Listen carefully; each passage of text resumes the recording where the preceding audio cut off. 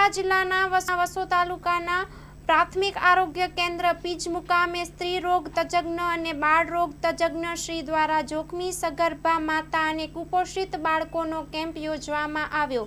એક તંદુરસ્ત માતા જ તંદુરસ્ત બાળકને જન્મ આપી શકે છે, જેથી કરીને તમામ સગર્ભા માતાઓ અને બાળકોને સમયસરની તજજ્ઞ સારવાર મળી રહે તો હાલનો માતા મરણ અને બાળ મરણનો દર ઘણો ઘટાડી શકાય તેમ છે। જે અન્વયે પીજ અને તેની આજુબાજુના રામોલ, મિત્રાલ, કરોલી, થલેડી, પલાણા ગામમાંથી મોટી સંખ્યામાં જરૂરિયાતમંદ સગર્ભા માતાઓ અને બાળકોની તપાસ કરાવવા માટે લાવવામાં આવ્યા હતા। સગર્ભા માતા સાથે કાઉન્સિલિંગ પણ કરવામાં આવ્યું હતું અને તેમના સગર્ભાવસ્થાના સંભવિત જોખમોથી તેમને માહિતગાર કરવામાં આવ્યા હતા। સગર્ભા માતાની સારી રીતે સુવાવડ થાય અને માતા તથા જન્મનાર બાળકની સારી તંદુરસ્તી માટે ઉપયોગી સૂચન કરવામાં આવેલ હતા।